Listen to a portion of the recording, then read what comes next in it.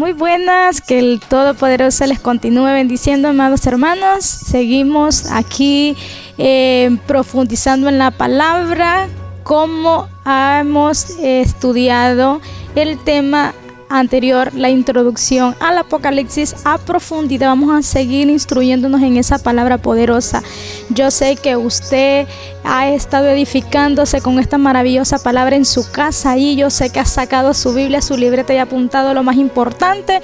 Vuélvalo a hacer porque vamos a estudiar esto más a profundidad con el pastor Wilfredo Pérez, y de igual manera nos está acompañando el joven Eliet López, que también ha traído unas preguntas donde el pastor nos va a sacar de la duda de esas preguntas, porque tenemos que tener conocimiento de ello. Así voy a dejar a Eliet López con nosotros.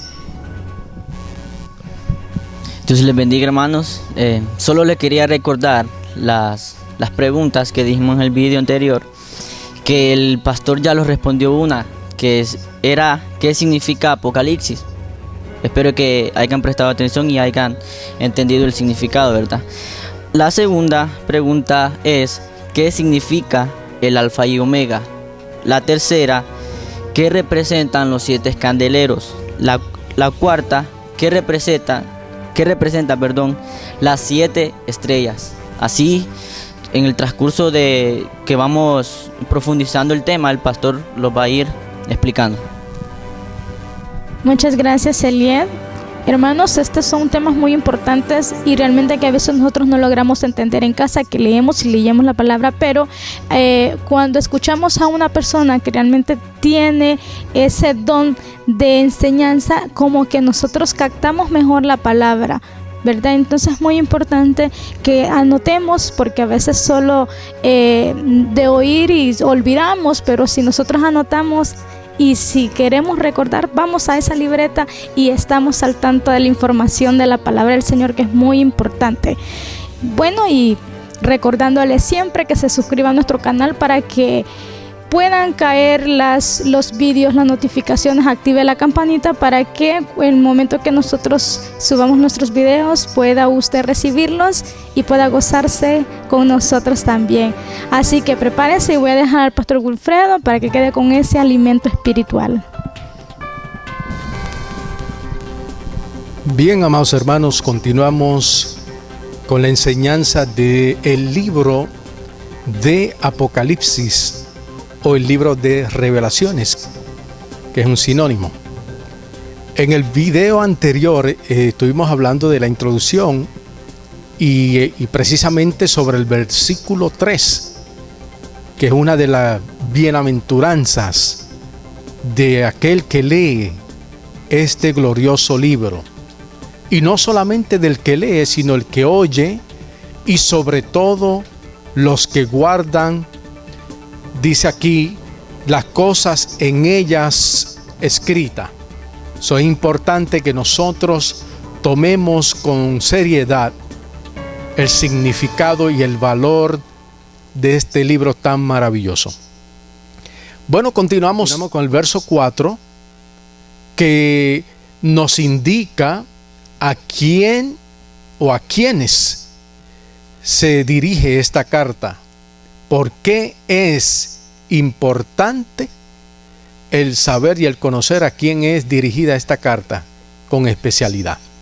Bueno, hoy leemos en el verso 4 del libro de Apocalipsis, capítulo 1, versículo 4, donde dice: Juan, a las 7 iglesias que están en Asia, gracia y paz a vosotros, del que es y que era y que ha de venir, y de los 7 espíritus que están delante de su trono. Mire lo que dice el 5: y de Jesucristo el testigo fiel, el primogénito de los muertos y soberano de los reyes de la tierra, al que nos amó y nos lavó de nuestros pecados con su sangre. Qué interesante esto, hermano. O sea, es importante nosotros saber ¿A quién es dirigida esta carta tan importante?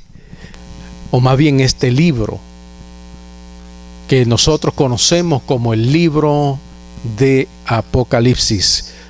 Como dijimos en el video anterior, para aquellos que no tuvieron la oportunidad de escuchar el tema de Apocalipsis, el significado es remover el velo, quitar el velo, lo que estaba oculto, para traer a la luz aquello que estaba escondido. Este es el momento que Dios ha decidido, desde la época de Juan hasta nuestros días. Este es el momento en el cual Dios ha decidido remover el velo, remover la cortina, para que usted y yo, amado amigo, podamos ver con claridad lo que ha de manifestarse en el tiempo del fin. O sea, esta revelación, como hemos leído, fue dirigida a las 7 iglesias que estaban en Asia. Eso de acuerdo a lo que hemos leído en el verso 4 y verso 5. Lo que hoy conocemos, el territorio de Turquía, ahí es donde precisamente estaban estas 7 iglesias, las cuales eran una representación de todas las iglesias de todos los tiempos. O sea, esto no significa que solamente habían 7 iglesias en aquel lugar. Había más iglesias, pero el Señor, como las conoce a todas, decide escoger de aquellas iglesias a 7 de ellas, que era la representación perfecta de las iglesias de todos los tiempos. Esto está comprobado por la Biblia, de que en Asia existían más iglesias a partir de aquellas 7 de las cuales menciona Juan. Vamos a buscar en Colosense capítulo 1 verso 2. Vamos a también a leer Colosense capítulo 4 verso 13, para que ustedes miren y observen que habían otras iglesias allí. Vamos a utilizar estos versos para que ustedes puedan ver, ¿verdad?, de que se hablaban de otras iglesias aparte de la que vamos a mencionar en el libro de Apocalipsis. En esta oportunidad le voy a dar a nuestro hermano Eliet López, para que él tenga ese privilegio de dar lectura a la palabra de Dios en Colosenses capítulo 1 verso 2. Dice: a los santos y fieles hermanos en Cristo que están en Colosas, gracia y paz sean a vosotros, de Dios nuestro Padre y del Señor Jesucristo. Capítulo 4 verso 13. También queremos dar lectura ahí. Dice: porque de él doy testimonio de que tiene gran solicitud por vosotros y por los que están en la Odisea y los que están en Hierápolis. También, amados hermanos, queremos dar lectura al libro de los Hechos, el capítulo 20, libro de los Hechos, capítulo 20, del verso 6 y verso 7. Dice: y nosotros, pasados los días de los panes sin levadura, navegamos de Filipos, y en 5 días nos reunimos con ellos en Troas, donde nos quedamos 7 días. El primer día de la semana, reunidos los discípulos para partir el pan, Pablo les enseñaba habiendo de salir al día siguiente, y alargó el discurso hasta la medianoche. Bueno, estos versículos nos ayudan a nosotros a comprobarles a ustedes de que en Asia estaba estas otras iglesias, la cual menciona también Juan. En el libro de Apocalipsis mencionó una que es la Odisea, menciona una de ellas, pero no estaba Colosas y también estaba la de Troas. Estas son otras iglesias que también estaban en aquel lugar, en la cual el libro de Apocalipsis no menciona. Eso es una evidencia de que sí existían otras iglesias en aquel lugar. Ahora, ¿por qué Dios escoge? ¿Por qué Dios decide revelar estos misterios a solo 7 iglesias del Asia? ¿Ve? Vamos a ver las razones. Número 1, escoge a 7 porque el 7 es el número que representa la plenitud, la totalidad y la perfección de Dios. Eso es lo que significa y lo que simboliza el número 7. El 7 representa la plenitud, la totalidad y la perfección de Dios. Estas 7 iglesias representan la totalidad y la plenitud de las iglesias del Señor. En general, inclusive a las iglesias que existen en nuestros días. Por eso es que Dios escoge a estas 7 iglesias, porque estas 7 iglesias poseían virtudes, las cuales poseen también las iglesias de hoy. Pero también, aparte de esas virtudes, estas iglesias tenían ciertas flaquezas, tenían ciertas debilidades, de las cuales también las iglesias de hoy en día, de nuestros días, poseen. O sea que estas 7 iglesias representaban a la iglesia de nuestros tiempos y de todos los tiempos que han surgido iglesias en diferentes lugares. Ahora eso lo vamos a ver más adelante en el capítulo 2. Vamos a ir entrando en esos detalles de cuáles eran las virtudes y cuáles eran las debilidades que poseían esas iglesias. El verso 4 continúa diciendo acerca del origen de la divinidad del Señor. Es algo muy importante, porque en nuestros días hay muchas personas que no le atributan a Jesús la divinidad. Entonces nos tratan a nosotros los cristianos como que somos idólatras porque estamos adorando a un ser que no es el Dios de Israel. Según ellos dicen que nosotros estamos adorando a un hombre, a un ser que no es Dios, ¿verdad? Y esto incluye mucho a los judíos, la nación de la cual proviene Jesús.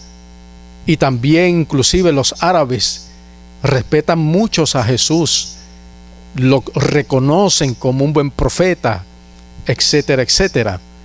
Pero lo único que ellos dicen de nosotros, que nosotros estamos idolatrando a un hombre, porque no es posible de que Dios se haya bajado a tal bajeza para hacerse semejante a nosotros, semejante a los hombres.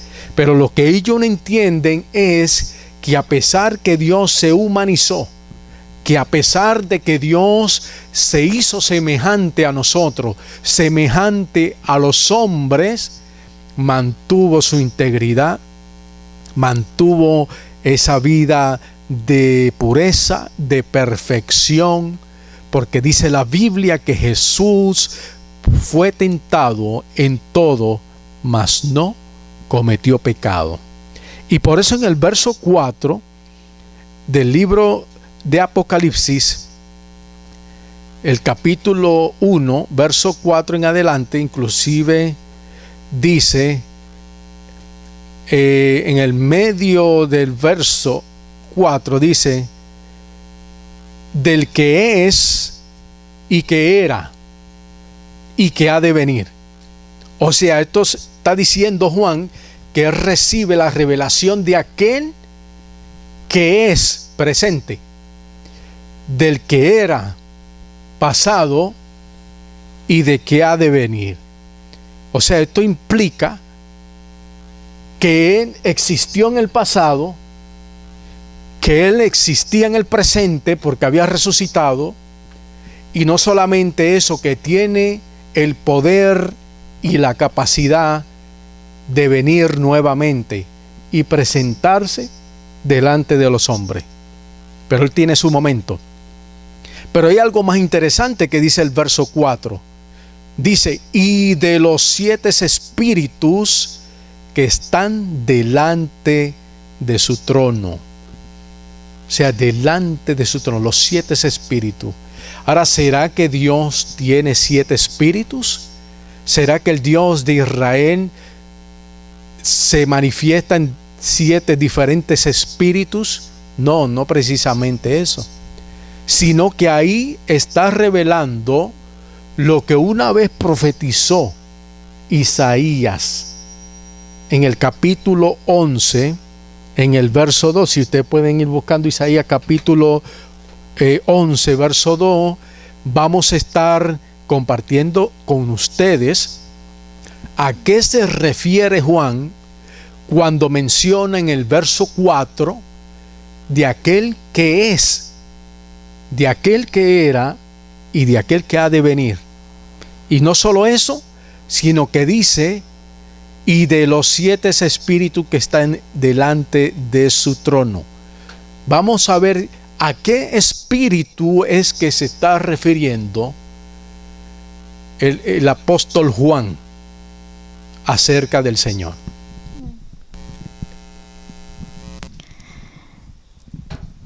Y reposará sobre él el espíritu de Jehová, espíritu de sabiduría y de inteligencia, espíritu de consejo y de poder, espíritu de conocimiento y de temor de Jehová. Gloria a Dios. Bendito sea su nombre. Mire qué maravilloso cómo es la palabra del Señor.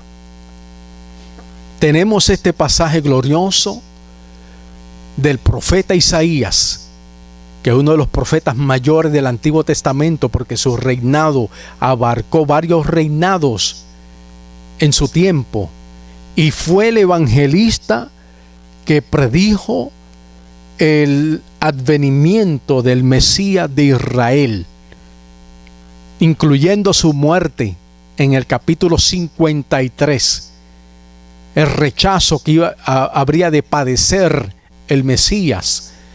Mas sin embargo, en el capítulo 11, donde se ha dado lectura, podemos ver que el profeta Isaías hablaba del Mesías que saldría, dice, una vara, dice en el verso 1. Isaías capítulo 11, verso 1 dice, saldrá una vara del tronco de Isaí. O sea, proféticamente Isaías estaba hablando que del tronco de Isaí, o sea que era uno de los patriarcas del pueblo de Dios, por el cual habría de venir el Mesías de Israel, Isaí, el padre de David, dice que de Isaí, del tronco, saldría una vara. Eso dando a entender que salía alguien de él, que venía de su origen, de su linaje, de su descendencia. Dice, y un vástago, dice, retoñará de sus raíces. Y dice el verso 2 que ella dio lectura, y reposará sobre él, hablando de ese retoño conocido como el Mesías. Dice, reposará sobre él espíritu de Jehová, espíritu de sabiduría y de inteligencia, espíritu de consejo, espíritu de poder, espíritu de conocimiento y espíritu de temor a Jehová. Esos son los 7 espíritus que está hablando Juan en el libro de Apocalipsis, de Revelación. No es que Dios tiene 7 espíritus vagando por el mundo, sino que son las manifestaciones del Dios Todopoderoso en aquel retoño que iba a salir del tronco de Isaí, llamado Jesús, el Mesías de Israel. Por eso es importante que nosotros entendamos acerca de estas cosas que Dios nos está revelando a través del libro de Apocalipsis, el libro de las revelaciones. Es importante, amado hermano, que nosotros entendamos esa gran verdad acerca de nuestro Señor Jesucristo. Continuamos con más. En el versículo 5 dice algo maravilloso. Dice: y de Jesucristo, el testigo fiel, el primogénito de los muertos. O sea, Jesucristo se le reconoce como el testigo fiel.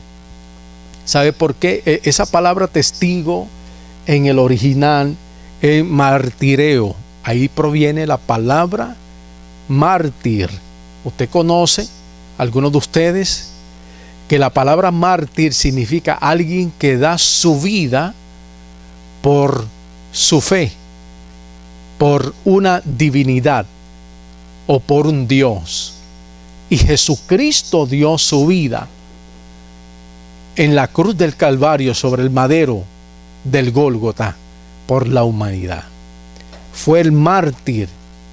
Por eso se llama el mártir fiel. Fue tan fiel que se mantuvo íntegro, sin pecado, hasta el día de su muerte. Por eso dice primogénito de los muertos. ¿Por qué se le llama primogénito de los muertos si antes de él habrían muerto muchas personas? ¿Sabe por qué se le llama primogénito de los muertos? Porque fue el primero que resucitó de entre los muertos y hasta el día de hoy permanece vivo por los siglos y los siglos, porque al tercer día resucitó de entre los muertos y hasta el día de hoy vive por los siglos y los siglos. No ha conocido ni conocerá muerte jamás. Por eso es el primogénito de entre los muertos. Y dice el verso 5: y el soberano de los reyes de la tierra. O sea, Jesús es el soberano de todos los reyes de la tierra, habidos y por haber. O sea que soberano significa que Él tiene el poder, la capacidad de gobernarse a sí mismo. No tiene que pedirle permiso ni perdón a nadie, a ningún rey sobre esta tierra, porque Él es soberano. Él es el que tiene el máximo poder y autoridad sobre todos los reyes de la tierra. Por eso se le conoce como Rey de Reyes y Señor de señores. Ese es el Cristo que te estamos presentando en esta hora. Cristo Jesús, el Mesías de Israel, el cual ha sido rechazado por su propio pueblo. Dice la Biblia que a los suyos vino, mas los suyos no le recibieron. ¿Y sabe cómo dice el texto original? Dice que a los de su mismo oficio vino, a los de su mismo oficio, mas no les recibieron.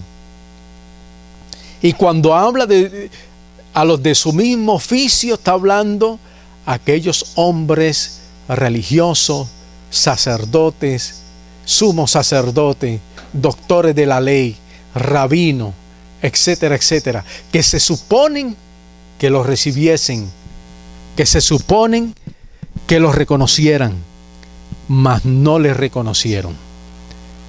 El pueblo, mucho del pueblo de Israel, muchos de los judíos les recibieron, gente pobre, gente humilde.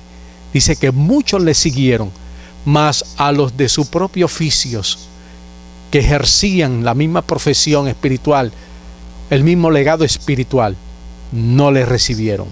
Pero ¿sabe una cosa? Que él dijo: yo he venido de parte de mi Padre, mas vosotros no me recibisteis, mas vendrá otro en su propio nombre, y a él recibiréis. O sea, Cristo profetizó algo tan tremendo sobre esta gente religiosa que se suponía que le reconocieran. Les dijo: yo he venido en el nombre de mi Padre, mas sin embargo ustedes no me recibieron. Mas vendrá otro en su propio nombre, o sea, otro que es un impostor, y a ese recibiréis. Ese es el hombre de iniquidad, el cual la iglesia de Jesucristo le llama el anticristo, porque se va a presentar un hombre que le va a solucionar toda la problemática que tiene el pueblo de Israel, el pueblo judío, toda esa problemática política, religiosa que ellos tienen, porque piensan que el que le solucione esa situación a ellos pensarán que es el verdadero Mesías. Pero como Cristo solo se concentró en su primera aparición en escena, Cristo se concentró en lo espiritual, porque había una situación espiritual que conllevaba mayor necesidad. El hombre estaba tan apartado de Dios que Jesús vino en su primera aparición, en su primer encuentro con su pueblo, vino a solucionar el problema espiritual en el cual ellos se encontraban. Ciertamente hay otras promesas para Israel, pero Cristo dijo que Él vendría otra vez y establecería un reino en el cual Él sería Señor de señores, Rey de reyes. Y ahí Él va a solucionar todo lo restante al pueblo de Israel. Amados hermanos, nosotros queremos dejarle saber a usted que ese Cristo que nosotros le estamos presentando a través del libro de Apocalipsis es el Mesías prometido de Israel, que vino a este mundo, que padeció vituperio, humillación por causa tuya y por causa nuestra. Entregó su vida hasta muerte de cruz, para que por medio de su muerte y por medio del derramamiento de sangre, de una sangre inmaculada, una sangre pura, una sangre que no tenía ninguna contaminación de pecado, por esa sangre usted y yo fuésemos limpios de todo pecado, fuésemos santificados de todo pecado. Y Cristo no solamente murió, sino que resucitó al tercer día como garantía para nosotros de que Él tiene el dominio, el poder del Hades, de la muerte. Por eso el sepulcro no lo pudo detener. Por eso la muerte no lo pudo detener. Ese es el Cristo que nosotros le estamos presentando a usted en esta hora. El Cristo que salva, el Cristo que sana, el Cristo, el Mesías, que viene y viene pronto. Y mira lo que dice en el verso 5 para culminar aquí. Dice: el soberano de los reyes de la tierra. Y mira lo que dice terminando el verso 5: al que nos amó y nos lavó de nuestros pecados, dice, con su sangre. Ese es el Cristo que te estamos presentando. La sangre de los becerros, de los machos cabríos, de las ovejas, de los palominos, no pudieron hacer lo que la sangre de Cristo ha hecho por nosotros. Las dijo Juan el Bautista: he aquí el Cordero de Dios que quita el pecado del mundo. Continuamos con esta introducción del libro de Apocalipsis capítulo 1. Les exhorto que se mantengan en la sintonía y en la secuencia de este mensaje, porque Dios quiere revelarle a usted muchas cosas maravillosas y Dios quiere que usted sea partícipe de la bendición que provee este gran libro. Bienaventurados los que leen, los que oyen las palabras de esta profecía y guardan las cosas en ella escritas. Dios me lo bendiga.